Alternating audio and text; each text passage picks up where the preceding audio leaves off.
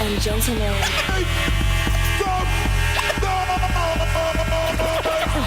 podcasting since 2005, you were listening to Gamer Tag Radio with your hosts, Godfrey, Pete Rock, Paris, Pasta. Come on.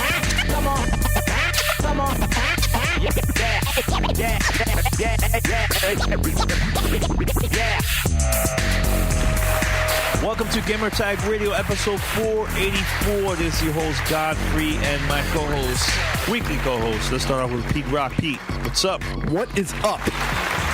Hype. Yes, I'm excited. Yes, and also we have Poston J. What's up? He kind of scared me there. Like, I didn't expect that. I was whoa, man, infectious. I guess I'm pumped now, too. Yeah, let's do it. Yeah. I feel like Flavor in the house. Let's do this. Paris is not here. Where's Paris? Oh, he's stuck in LAX traffic. Yes. Oh, yeah. Eternally, for all time. Yeah. Been making moves behind the scenes. Shout out to Paris. Hopefully, he will be joining us very, very soon during E3. This is our last. Can you believe it? This is our last episode recording at home before E3. Yeah, enjoy the comfort while you can. Oh my God, been waiting on this for a very, very, very long time. Same. Super exciting. The plans that we have for this year. Wow. It's exciting and scary. And I think Pete mentioned that earlier too before we recorded. It's like, yo, it's mind blowing the stuff that we have, man. Planned for E3. Pete, what do you have to say, man? Like, can we talk about what we're gonna do? And we want to talk about that? No, not yet. Not yet. I'll say this. Well, everybody knows about our studio that we're going to be recording throughout the week at a real CBS radio. Well, that's kind of what I wanted to talk about. I mean, okay, yeah, that you can talk about. There's a bunch of nerves going on in my system right now, because, like Danny said, like typically when we've gone to E3 or we go to PAX or we go to an event, you know, like we're sitting there, we're talking with people. Once the mic recorder goes red and we're live. Yeah, it's like we go into automatic mode with recording. But this time, you know, we're going to be walking up to the studio, and it's gonna be like that first day of school jitters, like woo woo, and then you know we're gonna be walking through the hallway, woo woo, and then we're gonna walk into the studio, and then we're all gonna faint, and we're gonna get Charmin soft again, like Paris likes to say, crying about how excited though, how we're going to be, it's gonna be wow. Big plans, and for the community and for those listening, I mean, this is just a culmination of a lot of hard work and dedication. But you know, we're not going to rest on those laurels. You know, we're going to use this opportunity to make sure we do bigger, better things for you guys, because you guys listening to us are the reason we do this stuff most of the time. So definitely, so absolutely can't wait. I mean, look, yes, of course, we have all the interviews planned and. Put it this way, our calendar looks crazy. I think we're going to lose our voice by Wednesday of that week of E3. Well, you're being very generous with that.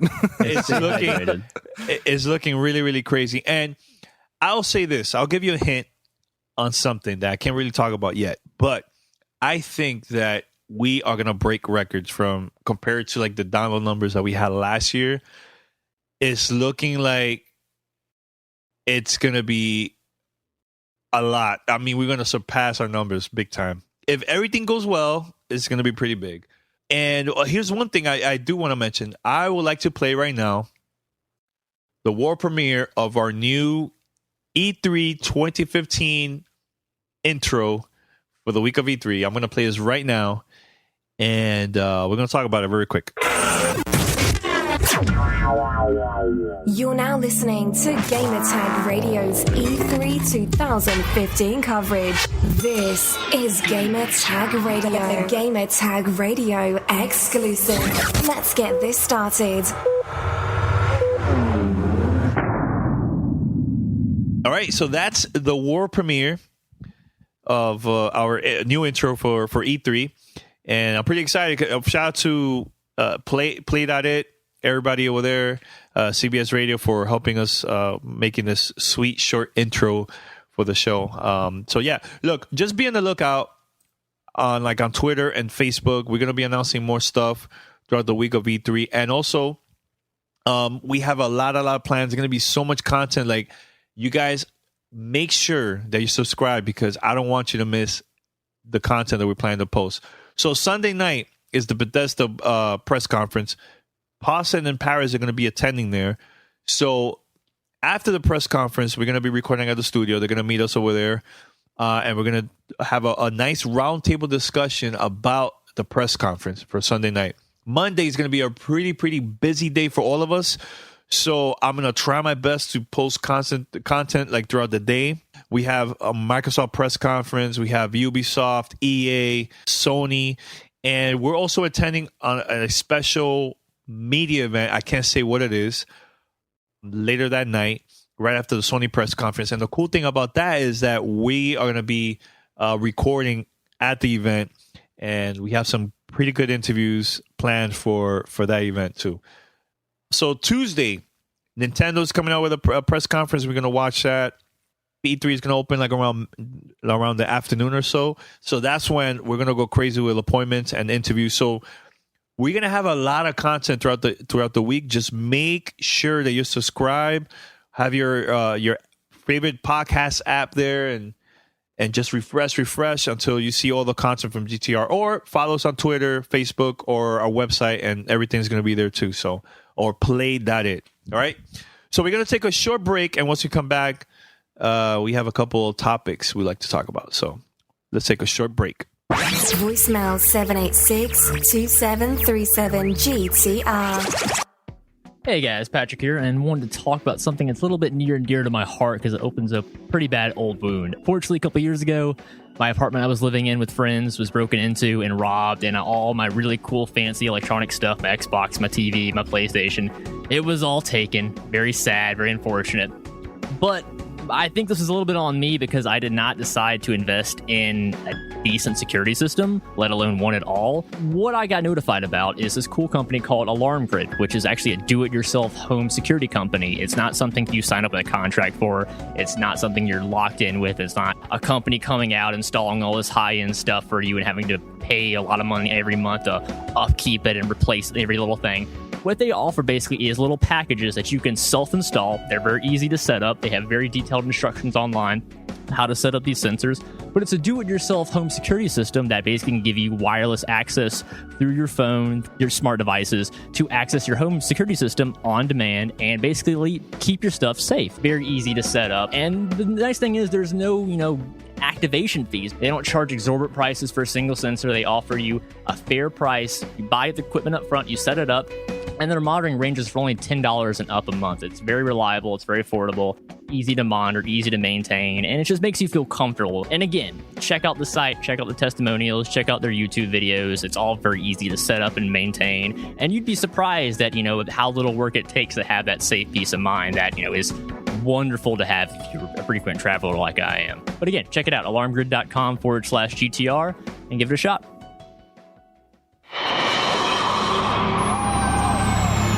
Don't miss Gamertag Radio's E3 2015 coverage, live from the Los Angeles Convention Center. June 14th through the 18th. Daily roundtable, interviews, press conferences, feedback, and surprises. Don't miss this year's biggest video game conference. Paris. Be happy that you're getting the game and be happy that it's going to play exactly the same on all the platforms and just enjoy it. Pete Rock. I would reload on purpose. Like I'd fire once and be Patrick. So I've been all over the place, but now I'm back and ready for some podcasting. Danny. Take their time to play their game. I don't want you guys to be rushing it. This will be Gamertag's Radio biggest E3 coverage ever. Will Xbox show their biggest lineup? What are the plans for PlayStation for 2015 and beyond? With no Zelda this year, what Nintendo has plans for 2015? Will Paris be nervous to interview 343's own Bonnie Ross? Bonnie, Dennis, thank you for your time. Appreciate it. Thank you. Yeah, thank you. Find out all this and more at gamertagradio.com or play.it. Subscribe now. This is Gamertag Radio. Voicemail 786-2737-GTR. All right, we're back here, Gamertag Radio, episode 484. Remember, head over to gamertagradio.com or play.it to listen to our past episodes, or give us a call, 786-273-7GTR. That's 786-273-7GTR. Or email us, fanmail at gamertagradio.com. Make sure to mention where you're calling from or emailing us from, so we can give you a shout out, and also mention your hometown. All right? So this week, Bethesda, of course, I was expecting for them to show this at the press conference, but no. These companies like to hype things up, and they finally revealed Fallout 4. They had a pretty good trailer that they posted on YouTube and also on their website and on Twitch. And man, everybody was excited. And this game takes place in Boston.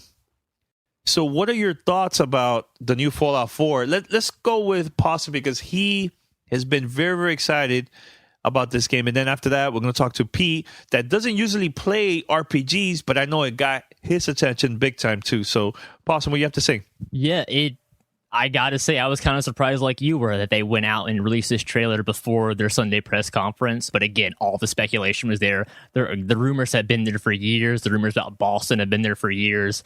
It's awesome that all that's got confirmed. And the best part, too, is coming out with that trailer that looks like it's using in-game footage, obviously edited for stylized purposes, but it's looks like the engine that they're going to be running when the game launches. And that's really nice to see, seeing something at that early level, seeing, the level of animation they're using. A lot of people pointed this out online, but the fact that there's a lot more colors in this game than there were in Fallout 3 New Vegas is a huge plus, because a lot of people were turned off by how desolate the wastelands were, and the Capital Wasteland and the Nevada Desert.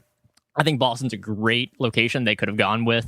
I love the contrast between, the wasteland part, like I said, and you have the different cities and like a lot of new things. They have airships now with Brotherhood of Steel's returning. A lot of little hits and bits here and there, but it's really like the vibe a lot. It was straight up Fallout. You got that classical 50s music playing. You got that great Ron Perlman voiceover about War Never Changes. You got the vault in there. It hits all the high points, and it's got me super excited because I was a huge fan of Fallout 3 in New Vegas, which was strange because, when I was growing up, I never even played the first two Fallouts. Those are PC games. I was a total console gamer at the time. And I remember being floored by Fallout 3 when you walk out of the vault for the first time. And I expect a very similar sensation with Fallout 4 as well. But it's got me very excited. I cannot wait to see more gameplay. I want to see what the new VAT system is like. I want to see what their gun engine is like. So many unknowns at this point, but it's just nice to know it's real. It's coming. We're going to get to CD3, and that's really got me excited because these are the kind of games that I dump hundreds of hours into because they're amazing. They're immersion machines, and I am more than ready to step out of that vault and go kick some ass across Boston because that's my kind of game right there, man. I'm excited. Yeah, and for those that don't know, this is for the Xbox One, PlayStation 4, and PC. Not last gen. Big. Not last gen. Thank you for doing that. You know what I'm saying? So do not hold it back. Yeah. Pete, what about you? Because I know you really don't play much RPG games, and now with The Witcher that came out, and kind of Destiny's kind of RPG-ish / first person, but this is going to be a combination to that. Well, it's not my first experience with Fallout. I did spend a little bit of time on Fallout 3, and I went out and got the limited edition with the lunchbox, the sweet whole lunchbox. Yeah. So it's not my first foray into Fallout, unfortunately.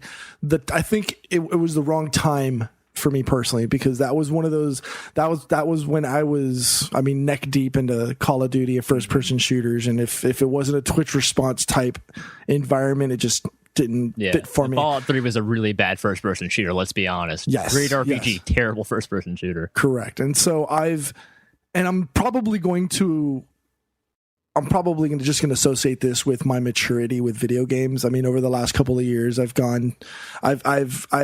broken out of the FPS shell and, started playing Diablo 3 and, as you said, Witcher 3, which, maybe it's a 3 number that just that. Yeah, it's that magic trilogy number. Maybe it's the trilogy. It's the last one, Mass Effect 3. There's another example. Yeah. But watching that trailer, I think I like everybody else, after that 60-second, 90-second trailer, I was already throwing my wallet at the monitor. I'm ready. I mean, took screen caps of the entire, the video. I was taking screen captures as I was watching it on my phone. Put up the lightning bolt logo from Fallout 4. Put that as my cover, my cover photo on Facebook. I'm in. I mean, once the dog came out, I was like, okay, yeah, it's me and my dog. We're going out there. We're gonna do this work. I don't know. I'm in the hype train. I'm all aboard. Yeah. I can't. I don't know what wait. it'd take to throw me off at this point. I guess if like the frame rate is just like terrible, but I mean, I'm thinking if you didn't get a steady 30 frames locked on consoles, with the graphics, the engine that we saw running, I'm more than pleased.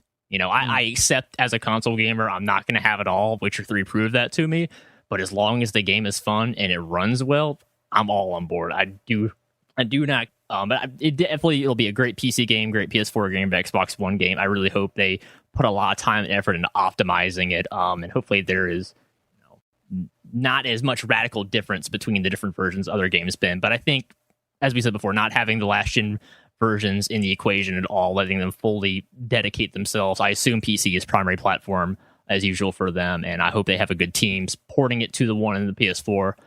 This is a big one, man. I mean, I think this is probably the first game that's going to get people to run out and be like, oh crap, I got to go buy a next gen system now. And I know we've been saying that for a while. Like, when is that game going to come out? From the response Fallout 4 has gotten just from that trailer, without even like any actual gameplay shown there, that's big. So I think Bethesda's got a lot riding on their shoulders come Sunday. We all expect to see an on-stage play demo of the game.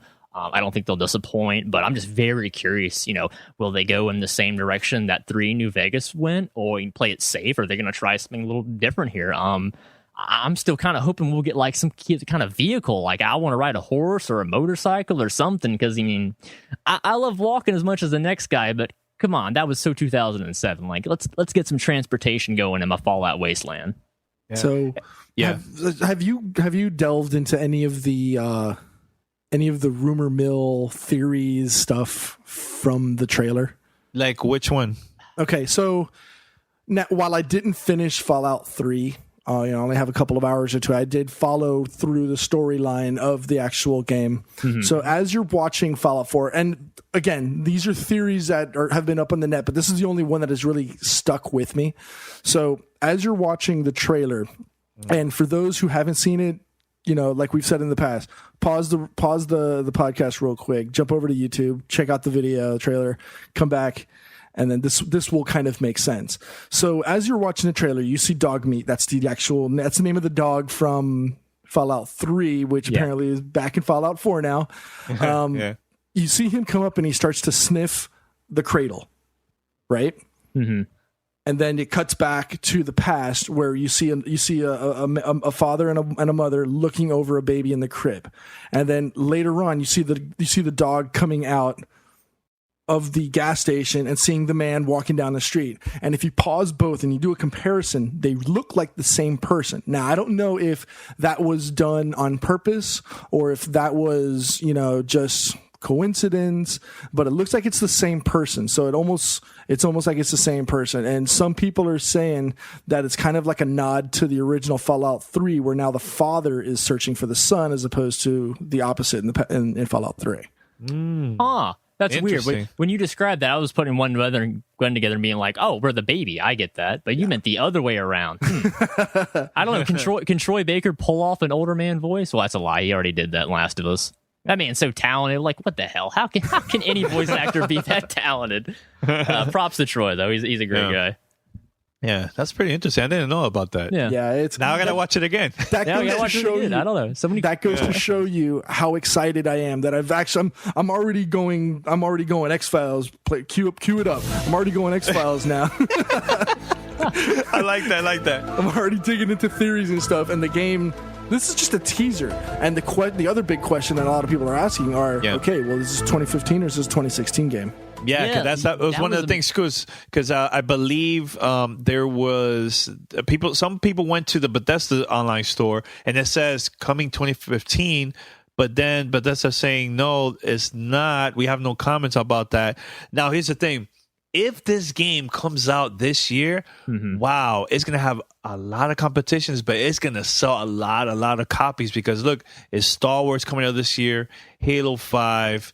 What's the big one too for this year? Metal Gear Solid 5. That one. What else? Halo 5. I mentioned Halo. I mean, besides the normal Call of Duties and I'm talking about like games that we know it's gonna sell. Because that's the thing, we don't have the official games. Like, okay, there's already announced 2015. Yeah, I feel like after E3 we'll get hard, September, October, November, December dates from these publishers and developers. But yeah, that was it surprised me too because this whole time I've always assumed Fallout 4 would be an early 2016 title. That's just a no-brainer to me. And then seeing the response on the internet from people like just saying, "Oh snap, this is definitely going to come out this year," and I'm like, "Wow, that's a bold statement." But it would be a bold move by Bethesda to come out at Sunday with a release date. Boom, day and day. Here it is in October or in November. That would shake up E3 right there in the very beginning. That'd be a huge power move for them because I think because Fallout 4 is so different, I think there's almost no overlap between that and Call of Duty and Halo and Star Wars other than the fact that they have guns in them. Fallout it's doing its own thing so well, and this is me speculating, I think it will sell regardless. So I think people even that, assumed that they would just wait and get it in 2016, they'll come up with the money to get it in 2015 because of the response it's probably going to get, the marketing push it's going to get. But that would be huge. That would throw off my entire gaming for the holidays because I'm so in Rainbow Six and Star Wars Battlefront mode right now, hardcore. If Fallout comes out, I'm like, oh crap. I got to make serious choices here. This is like a Destiny Witcher kind of choice. Like, oh man, I have to have priorities here. But that's good because it would if they do announce that, they're gonna make a huge impact at E3 that everybody's gonna be talking about. That could be a show stealer off the bat right there. I'm not sure what else other game could come out and steal that thunder from Fallout 4 because the expectation is there, and we just don't know what to expect other than that it'll be there. And that's fun, hopefully nothing leaks 24 hours, or while we're waiting in line to get in. Like, I hate that kind of stuff. So if they can keep it all close knit, this could be a huge E3, like the one that the industry and the gamers really need to get excited again. And they have Adam Sessler and Morgan Webb hosting the thing. Like, how cool is that? That's pretty cool. I grew up watching them. They're like my heroes. That's props to them. Yeah, I mean, we're going to be talking about everything that we got to see during the press conference on Sunday night. So make sure to subscribe. I'm going to mention that throughout the whole episode because I'm telling you, we're going to have a lot of content. Sunday, you will be busy. Yeah, Sunday night, Monday morning, just bear with us, because this is going to be the first time that we're working with CBS during E3. So, it's gonna come up. Just make sure to subscribe and be patient. All right. So now here's the thing. How long do you think is going to be that Bethesda press conference? Because is it only for one game? I mean, no. Doom. I know Doom. Elder Scrolls Online. Come on, they've got a handful of stuff, and not to mention surprises. All right, so there's there's also another rumor that says that's not going to be all that Bethesda unveils. So a couple of years ago, there was a game called Prey that there was supposed to be a sequel that didn't become a sequel, and now there's rumblings that there's going to be a resurgence, and although it's not going to be per se Prey 2, the game that was originally going to become Prey 2 is now going to become like a spiritual successor to System Shock 2, which is which is a classic. And that was an original Bethesda title. So I'm thinking now that Fallout 4 has officially been announced, there's going to be that other surprise that's behind curtain number 3, and I think that's what that's going to be. Now, whether it's actually called Prey 2 or it follows another with a title, I don't know. Yeah. But I don't think it should be Prey 2. I'm going to throw out Pete's rumor mill bag real quick, and I think that's mine real quick. I like that because if you guys are familiar with the Prey 2 concept, it was you were a bounty hunter that was transported through time and space to a foreign alien world. and you become a bounty hunter. Yep. And that just sounds like stupidly fun, regardless of like, I don't care what you're into. That sounds fun. But yeah, I don't think it should be Prey 2. I love Prey. It was a great game. Trying to make a sequel with, very weak connections to the original, I don't think it's worth it. I think they should just give it a brand new name, brand new marketing push, because I think the idea would work.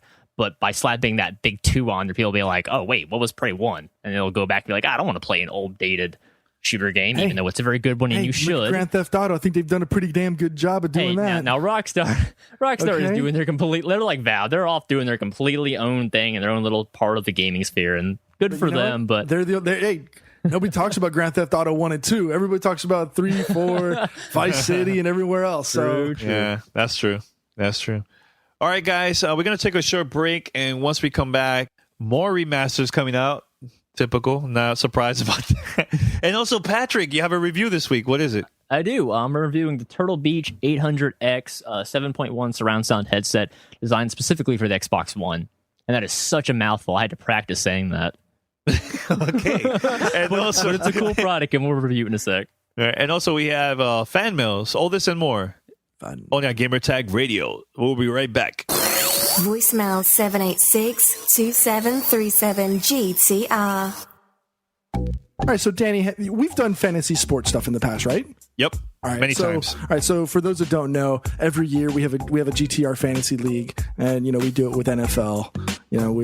It's a lot of fun. So personally, what was your worst part of that whole fantasy sports experience? Honestly, just the whole waiting part, waiting to play the draft and waiting on like who's going to win at the end of the season. It's just the whole waiting part is just annoying after a while. You know what I'm saying? So we have an answer. So DraftKings is the official partner for Major League Baseball, and they're the official sponsor of Gamertag Radio for 2015.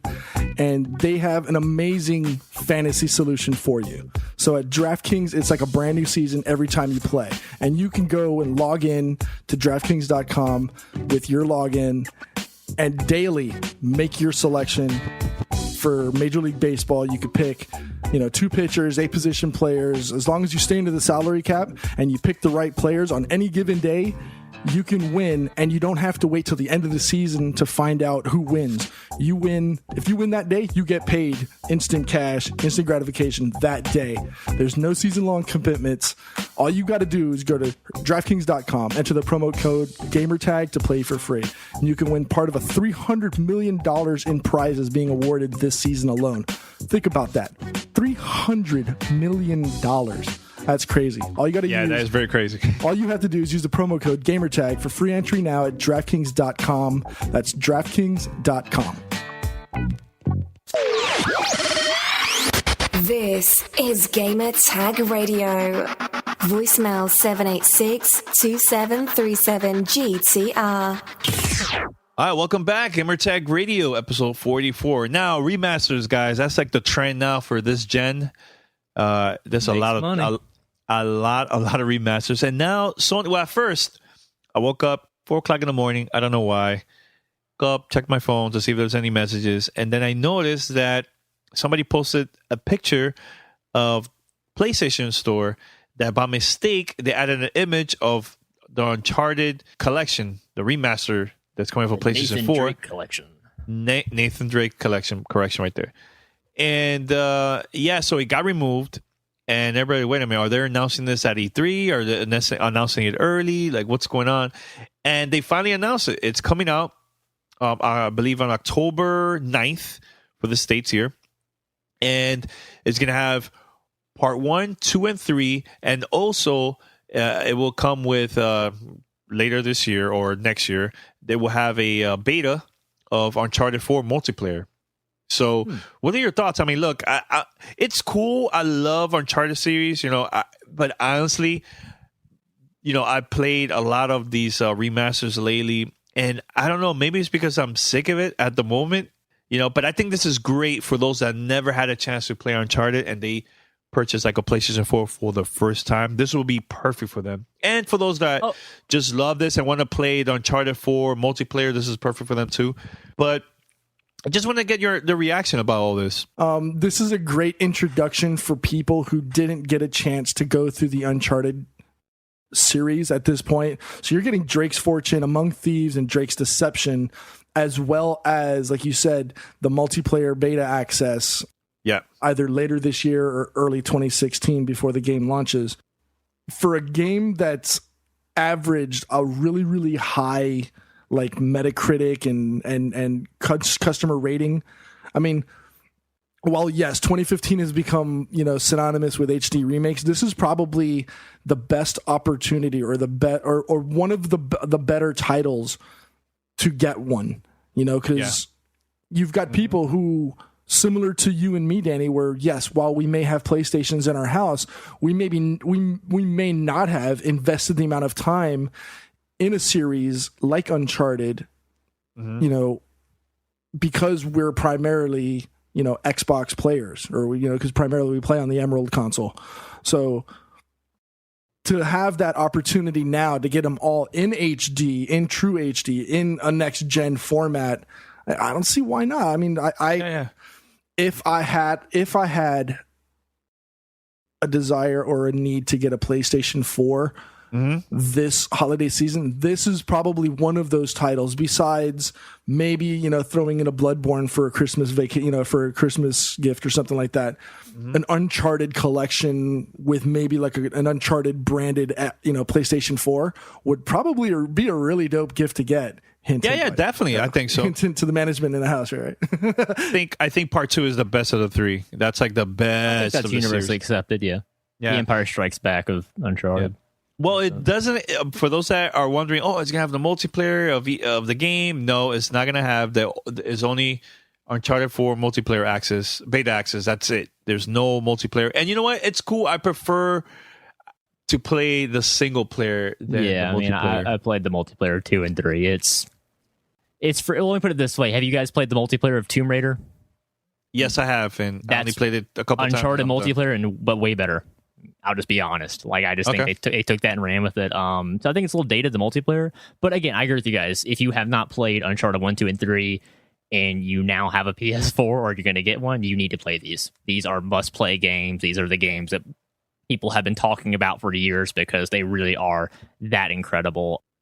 I absolutely adored them. As soon as when I bought my PS3 used a couple years ago, these were the first 3 games I picked up. And I just blew through them one after the other, and it was just like watching like. And it was playing like the best movie trilogy I'd played on any game, and really great stuff. Excellent. Gameplay still holds up. The set pieces are some of especially the second one, some of the best you'll see in video games.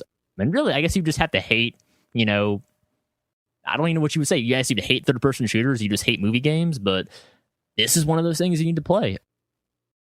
Like Pete said, if they're probably going to have some kind of PS4 bundle with this to make up for not having Uncharted 4 this year, I would say hop on that, because really, I think Bloodborne is still amazing, but like that's still a stupidly hard game, and Uncharted is not, because it has difficulty settings, which Bloodborne does not have. So yeah, if you are a new PS4 adopter, you absolutely should hop on the Nathan Drake collection. You will not regret it, and it will make you incredibly hyped for the 4th one, just as much as the rest of us are, because that's why we all lost our minds when we saw the 4 trailers. Like, oh man, Nathan Drake's coming back. Oh, he's got a brother. Oh man. So I'm hyped for sure. So let them take their time making 4. I do not mind waiting. There are more enough games I can play this year. But I probably would play through these again in 1080p 60 FPS. I'm sure it looks great. The first one could definitely benefit from that. It's the most dated of the 3, but overall the gameplay is still strong. And come on, man. Like, it's Nathan Drake. He's got some of the best one-liners in gaming. I mean, Nolan North really killed that role. And so the people that are doing Uncharted, the Nathan Drake collection, it's not Naughty Dog. Did you know Interesting. That? Yeah. Well, Naughty Dog, they're working on the. They're working on the new one. Yeah, Blue Point Games are correct. And so those who aren't familiar with them, it's not their first foray into doing a collection or something like this. They've done the God of War collection. They did Ico and Shadow of the Colossus collection. They've done the Metal Gear Solid HD collection. They even worked on a little bit of Titanfall last year.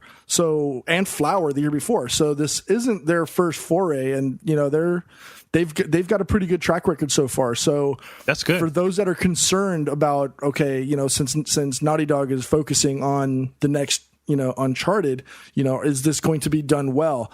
I think there's a pretty good chance that this is going to be done very well. You know, considering, you know, like I said, the track record of Blue Point Games. Yeah, and especially by not having the multiplayer and not having that unknown factor of, will this will or will not work at launch? Mm-hmm. It's a single player game. You're guaranteed it's going to work. It's probably going to run great and play great. So, they're saying Blue Point has proven themselves. I mean, I played the Ico and Shadow of the Colossus HD collection. It was really, really good. Yes, and they're saying 1080p, 60 frames per second all day with additional video enhancements. So nice. That's Sounds good to That's me. good. So that makes me feel that, okay, so this was planned for Uncharted 4 to get Yeah, delayed. I don't think it's ever realistic to get it this year, probably because the scale of the game is insane. No, it's not. Not only that, it's just because they want to release this collection.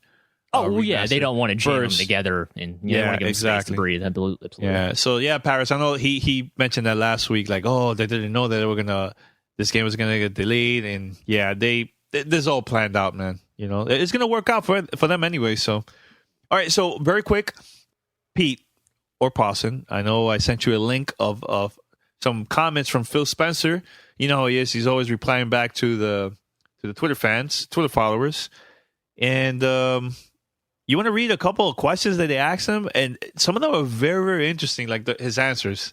They got the attention from the media. Well, the one that drew me in was so quick question for Phil. Will we see something about Crackdown at E3? And his response was, sorry, not announcing what games are where right now, but Crackdown is making great progress. So I know Crackdown was reintroduced last year at E3 to a lot of fanfare. And God knows if I have to go on another couple of months spree of trying to find all those goddamn orbs all over the city, I'm gonna be. That's the best part of the game. It really is for me. It's one of those crack parts. Yeah, it's like you have to find, and every time you hear that, woo, woo, woo, like, you start looking up. So I'm pretty confident that we're going to see Crackdown. It's in some way, shape, or form at E3 this year. I think that was now whether they're going to show it at the PC portion of E3 or they're going to be focusing that on the Xbox console. That should be interesting to see. Asked him about the hardware during the PC press conference. He's going to be there, Xbox, and he's like, he responded to this. He was like, I'm not on the stage to try convince PC gamers to buy an Xbox One if that's what people are worried about. I think that's pretty good.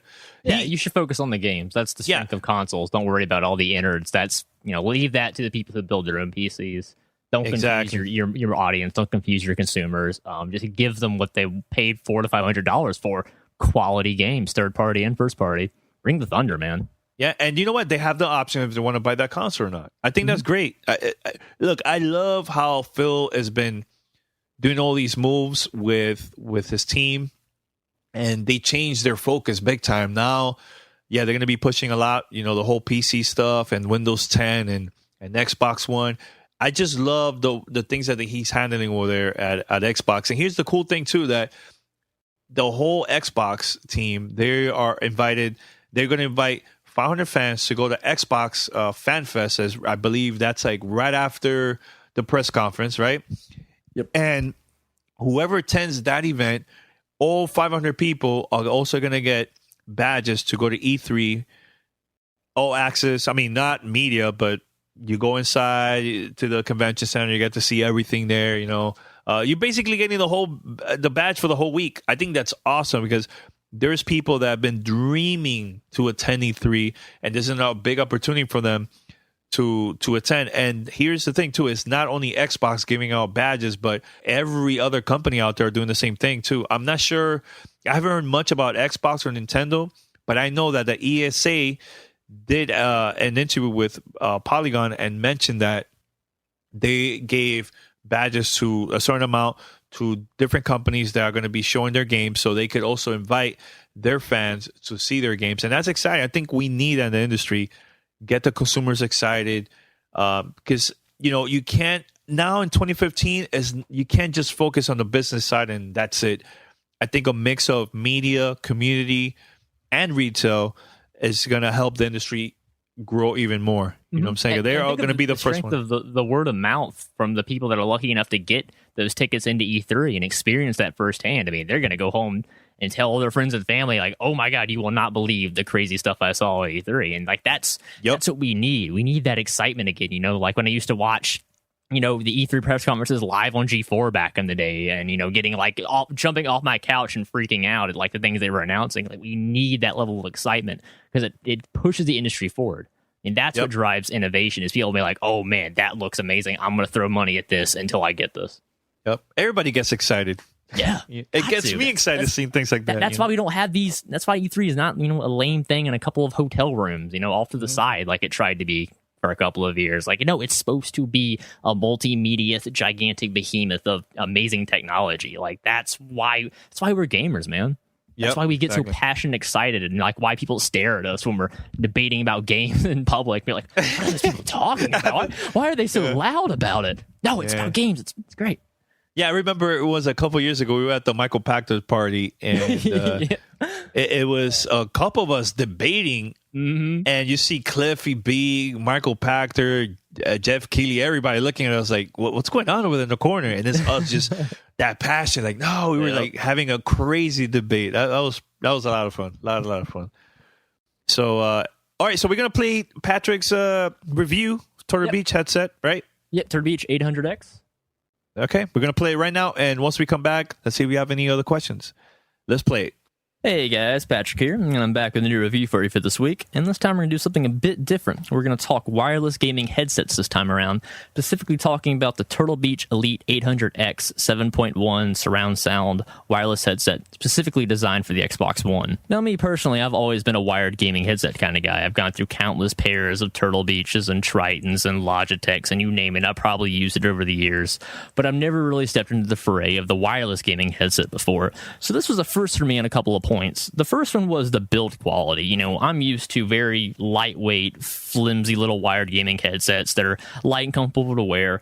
But I got to say, for the build quality of the 800X, it's very impressive. It's a very solid weight in your hands. It doesn't feel like it could fall and break very easily. It feels like a durable, high-end tech product, and that's really nice. And the second thing is the comfort level. It actually is surprisingly comfort for something of its weight, because it is a little bit heavier than some of the other gaming headsets out there, specifically the wired ones, because everything has to be built obviously into the headset. So for me, it felt very comfortable to wear them for extended periods of time. Now, the sound quality on this, it's really, really good. I gotta be honest. As a person who considers themselves a bit of an audiophile from time to time, I was very impressed the first time I put these on. It really is a complete 7.1 surround sound experience in your head, and if you play a lot of first-person shooters like I do, it gives you a complete sensory awareness to everything around. You can hear the smallest footsteps, bullet shells hitting the ground, a lot of little details you miss out on, you pick up with this headset. So for review purposes, I played through a couple of my favorite first-person shooters. Namely, I went back to the Master Chief Collection. I played through the entire Halo 3 ODST campaign with these headsets, as well as playing a number of Halo 2 online matches with this headset. And I just got to say, I was very impressed from start to finish. I heard things that I probably hadn't heard in 10 years in some of these games, and things I didn't even hear then because of, I was using outdated TV speakers back in those days. But the point is, shooters sound fantastic on this system, and they even have specialized modes and presets you can use, namely a movie mode, a music mode, a gaming mode, and a stereo mode as well if you want to deselect the surround sound. So for the gaming mode, there's a couple of options you can go through. There's a signature sound mode, which is kind of their preset tuned one that works for most games. You have the shooter preset, which is the one I usually use, and it gives you that great boost to the bass for explosions, as well as accentuate your hearing a little bit so you can hear the footsteps around you. They have a mode for racing. They have a mode for sports. They have two more specialized modes. One's called Superhuman Hearing, which is perfect for games like Splinter Cell, Metal Gear Solid, where you're in a quiet environment and you need to know where your enemies are at all times. And it definitely gives you that, bat-like hearing ability to hear things far away. And there's a footstep-focused preset mode as well, which is more in tune for probably the Call of Duty player, while as a Superhuman Hearing is meant for, as I said before, the slower Splinter Cell-like stealth games. Now, because it is a wireless gaming headset, the microphone is built in. It's not something you have to retract or adjust to push in and out of the way. And here's the pros and cons of this. The pros is obviously by having the mics hidden, you don't have to worry about pushing and pulling a mic back and forth based on if you're eating or drinking or if it's in the way. It's nice to have them obviously out of the way. The con is it's not picking up your voice as loud as it should be. And here's my problem with that. Most mics are designed where you have a talkback feature where you have a little bit of what you're saying fed back into your headset so you don't have to yell over yourself. It has that feature, but the volume is still not loud enough, so you're still having to yell over yourself, specifically if you play FPS games where there's a lot of gunfire, explosions, you're flying a helicopter, any number of things, and you're basically still having to yell over yourself to hear your own voice. And it's a real problem because they include 4 preset mic modes that are supposed to be tuned to pick up your voice based on the room you're in. So they have a quiet room setting, a normal room setting, an outdoor use setting, and a loud room setting. The problem is they're all pretty much the same. And even on the quiet room setting, which says on the box is supposed to be the best for picking up the most noise from your mouth, it doesn't work that well.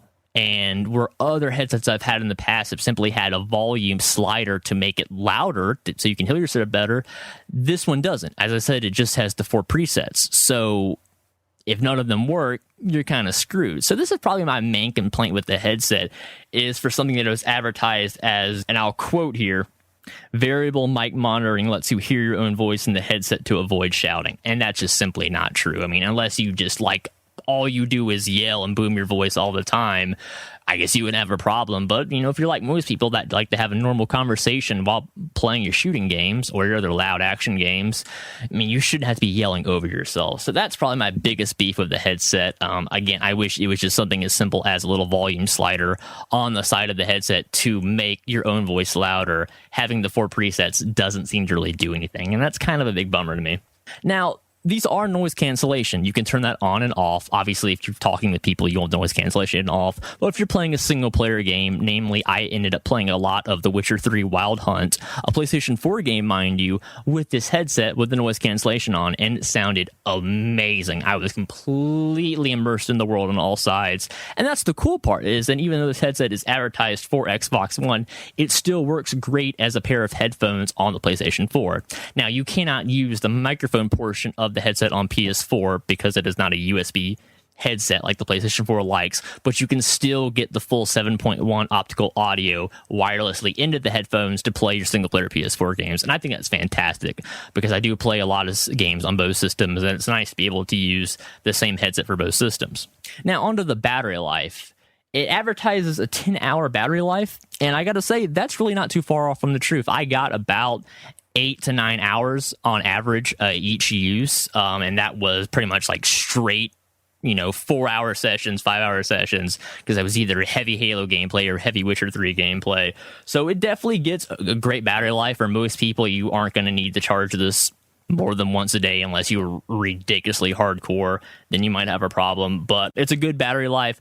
I love the magnetic charging stand it comes with. Probably the first product I've ever owned that used this concept. I know I'm behind on the times, but essentially the little base that you connect your audio and your power into the system for, you just magnetically dock them onto the top of the system, and it just charges the headphones for you while you're not using them. And that's great. Not having to worry about plugging a cord into it is simple. You just put it in there, it sits there, it docks, the light turns green, you know it's good to go. Simple and easy. I like it a lot. The range is okay on this. You're not going to be able to walk very far from the base. The farthest I probably managed to got was maybe 25 feet away before the signal dropped off. So this is definitely something you're supposed to use in the same room as the system.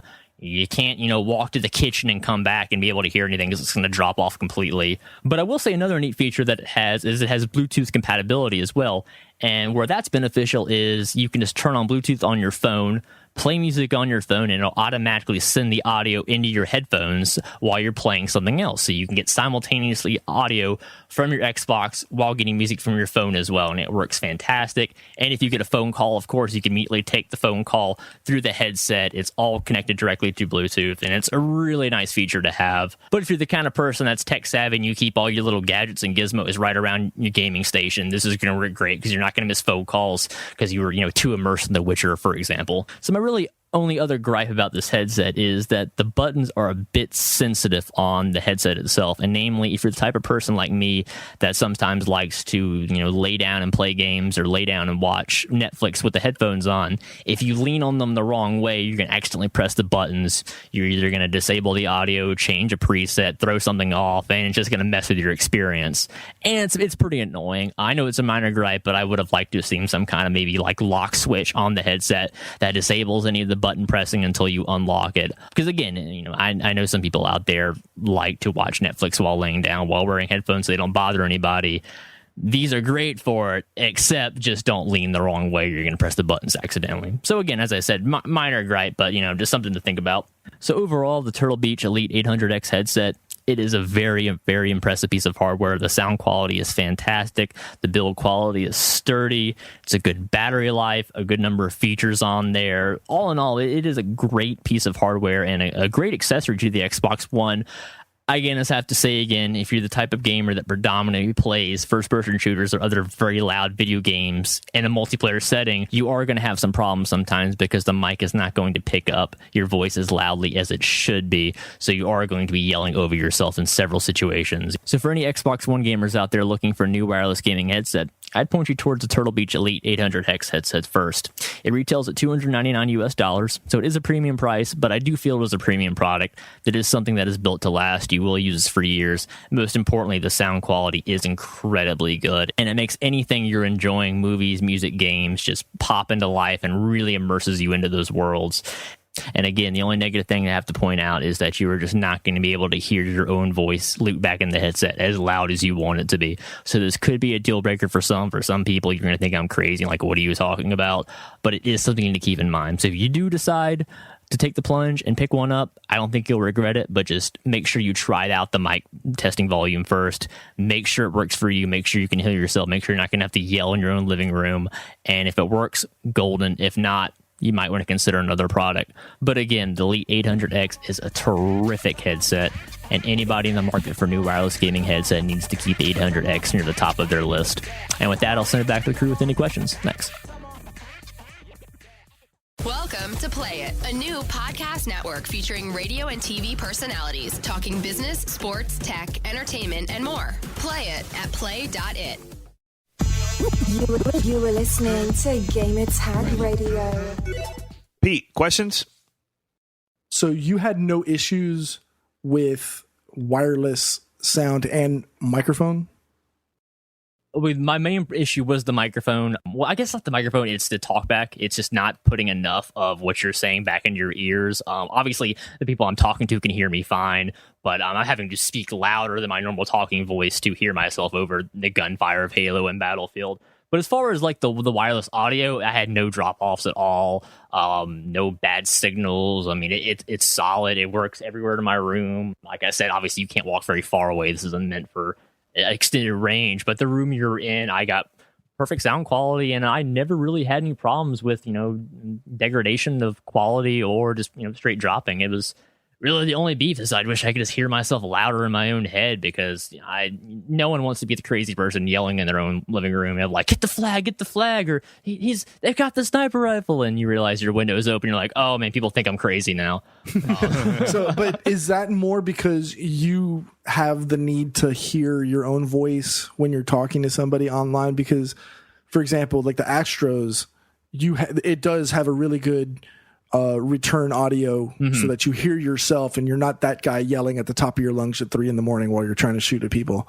Yeah. So. And I don't know if it's just because the mics are internal and they're not an external one that you can move back and forth, and because all my other wired mics are external mics, I can move the little thing back and forth. So I can get the perfect feedback of my own voice into my own head. When I play Destiny, the headset I use for that works perfectly well. Yeah, it's really just, I think, because they are so noise canceling, and they just basically block out all sound, including, even your own voice, to a pretty annoying degree, I must say. But again, it's really only bothersome in loud multiplayer shooters, mostly where there's explosions. I didn't really have any problems with party chat or, just playing The Witcher and talking with somebody. That all seemed to work just fine. But yeah, it all comes back to I love the convenience of having the buttons on the side of the earpieces. It's very easy and quick to reach up there and do little, quick menu adjustments. But I just wait for the talkback. I wish there was just like a straight old school analog dial that I could, guarantee was all the way getting the best signal. Because as I said, those 4 settings, quiet room, loud room, outdoor room, normal room, they're all exactly the same. I still cannot hear myself as loud as I should be able to. And that just kind of bums me out. But I think, that is due in part to, these are a nice build quality. They're very comfortable. And like I said, they block out all noise. So, I've missed, phone calls when my phone was like 2 feet away from me because I forgot to turn the Bluetooth on like you're supposed to. And it was just blocking out everything. I couldn't hear anything. So really, that's my only major concern. I guess there's really no like way around that. I'll just have to get used to just speaking louder and, just yelling commands at people, which is what I seem to do anyways. I will take this moment to say I really miss the days of people, making friends on Xbox Live randomly, because now it seems like out of, the 20 people that play a multiplayer game, 3 of them talk. And usually they're not even on the same team. So that really bums me out, because I'm sitting there talking to myself and giving commands to people I'm not even sure if they're hearing me. And I'm the one crazy guy yelling about the flag and the warthog and all this stuff. Yeah. But, other than that, I really like these headphones a lot. The audio quality is fantastic good. I love the fact that I can play The Witcher on PS4 with these, and it's still the 7.1 being sent into it. Yeah, so I really enjoy them. I think it's a great product. I think anybody who's like in that market, they need a new headset, should check it out. But again, I would compare and contrast it against, the competition out there to make sure. Because like you said, if you say the Astros have that high quality talkback audio in your ears, like I would caution people to compare and contrast those things, because for some people that could be a deal breaker, that they only game at night and they can't talk very loud because they don't want to wake their significant other or something, and you're gonna have a problem if you're trying to hear yourself with these. But it kind of, your mileage depends. I would just say try these out, and like I said in the review, make sure that this is not a problem for you first off. If it is, and consider another product. But again, some people will pick this up, think like, what is this guy talking about? But the audio quality itself is really, really good. I do think it is worth that premium price, and I definitely will be using these for years to come, because it is a great pair of headphones, and the battery life is impressive. Especially for the amount that I game hardcore, I really have not had any issues with just being I'm out of luck, it's out of power. It's a good battery life. It lasts for my play sessions, and I'm very happy with it overall. Okay. All right, so it's time for fan mail. Fan mail at gamertagradio.com. Fan mail. Yeah, last week I thought it was Pete that sounded drunk. It was actually Poston J. Yes. That said fan mail, and it was pretty funny how he said it. So yeah, I noticed that when I was. I was about to say it too, because Pete delayed it so long. I was like, he's going to say it? Okay, he's going to say it, because I was going to do it for him. Yeah. It has to be said. So who would like to read the email? There's a couple, but choose a couple. It's funny because the number of fan mails we've gotten recently is just it's crazy, skyrocketed. right? It's crazy, yeah. Speaking of fan mail, while P is looking for an email there, here's what I would like for you, the listener. I want you to be involved with our E3 2015 coverage. This is what I want you to do. While we're posting audio throughout the whole week, roundtable discussion, interviews, anything that you get to hear from our coverage, I want you to give us feedback, send us questions, like anything that you would like for us to talk about. Just send it throughout the week. Every day, send us questions. Because next week, it's going to be pretty crazy. And, I just don't want us just record and that's it. I want also the listener to be involved with our coverage. So make sure to call us or send us email during the week of E3. Okay? All right. So the first email we're gonna read is from El Gran J. El Gran J. Joel Boricua Star from Puerto Rico. Puerto Rico. All right, so I'm just gonna get straight to his question. Just wondering, what is the special game that got away that you always wanted to play but never got a chance to, that up to this day you wish you could go back and play it and experience? Want to know everyone's opinion. Ooh, I'll tell you this. I was never a fan of Sega Saturn. Never. I always been a hardcore Genesis or Sega Dreamcast. But the Panzer Dragoon games that came out around that time for the Sega Saturn. Am I right? That's what it is. It came out around that time. Were on the Saturn, yeah. I missed that. I totally wanted to play that. I had a chance to play one version that came out as a bonus, like on Unlockable. You have to play the Xbox, the original Xbox game, and once you finish the game, then it unlocks the first one. So I don't know. I felt like everybody talked about the Panzer Dragoon for Sega Saturn. I think it would have been cool to actually play the game for the system instead of playing it as a remaster or something from another console, you know? So, yeah, that's one game for me. Let's see if there's any other ones. I'm thinking. I'm still racking my brain over here. This is such a good question. I have two, and one of them you guys already know, and I'm probably going to blow a lot of people's minds. I don't know if I should wait for last or, let Poston go first. No, I'm still thinking, dude, you gotta go, man. All right. So the first one, I'd probably say Legend of Zelda. I've never played a Legend of Zelda game. You are. Woof, I'm not gonna say anything. Mandy's gonna kick your butt. Oh no, she knows this. She knows this. She's well aware of this, so I'm not worried about that. The other one, I mean, and this is more because of my newfound appreciation for the RPG category. Yeah, I would want to say Final Fantasy, because I've never played a Final Fantasy game ever. Man, Pete, they just never appealed to me, so I never went towards them. Oh my god, you're killing just end the show with that right there. Just like bam, yeah, I know, right? Drop the mic. Might as well, yeah. Panzer Dragoon series, love it.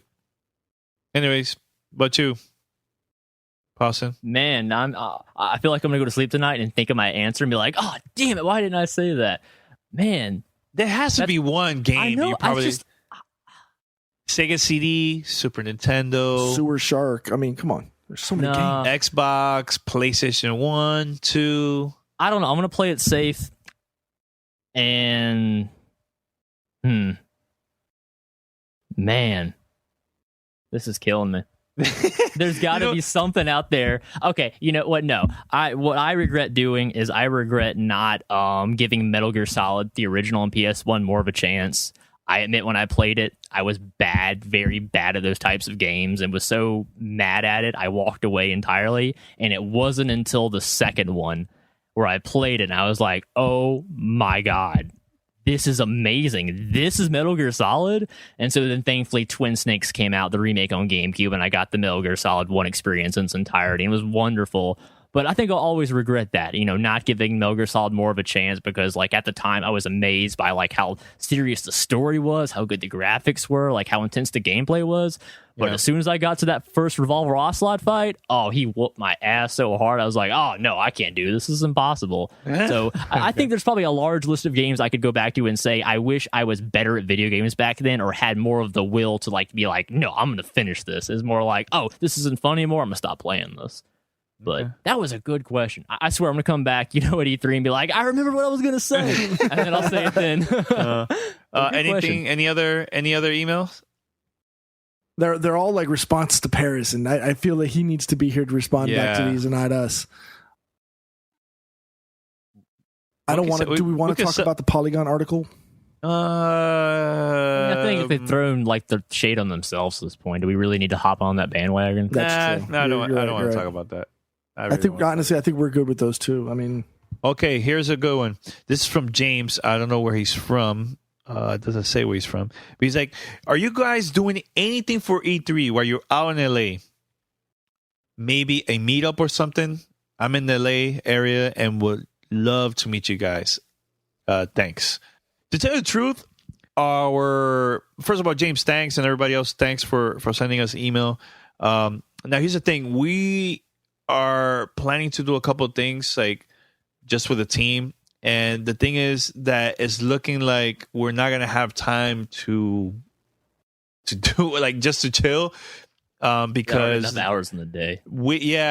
There's so many things going on with us that I really don't see ourselves just hanging out. Put it this way, like we're planning to meet up with a couple people, a couple podcasters that are attending E3 also, and we even told them like, yo, honestly, like we're gonna be up and down. Like I know there's gonna be people that are gonna be going to parties. We're gonna try to. But my focus is to make this the best coverage that we ever made ever for GTR. You know, because I think, in my opinion, business is first, pleasure later. You know, and this is a big opportunity for us because we're also having CBS involved. You know what I'm saying? So, and we want everybody to be happy, our listeners, them, everybody. You know, and I want to be happy too because I want our content to be legit. You know, so and we have a lot of big things going on for that week too. So, but thanks for the question, man. That's it. We have a lot of emails for Paris. He's not here. I'd rather him to find it. We probably read it during our studio session on Sunday night. So anything else, guys, before we wrap it up? No, just let's go dub Golden State Warriors in 6. I'm calling it here. Okay. Yeah, I'm gonna root for the Warriors too. I'm mad at LeBron for decimating the Bucks. You have to bleep that out, but man, I'm going for the Warriors. Salty. I'm going for the Warriors too. So, all right, guys, head over to gamertagradio.com or play.it. Listen to our past episodes and share it with your friends. Subscribe on iTunes, TuneIn Radio, of course, Spotify, Stitcher. Just find us out there and just share it. Share it online, Twitter, Facebook, email, text. I don't care. Just tell people about GTR. Because of you, that will help us get more listeners. Also, I want you to be involved with our E3 2015 coverage. Send us questions, comments, voicemail, everything during the week that we're there in LA.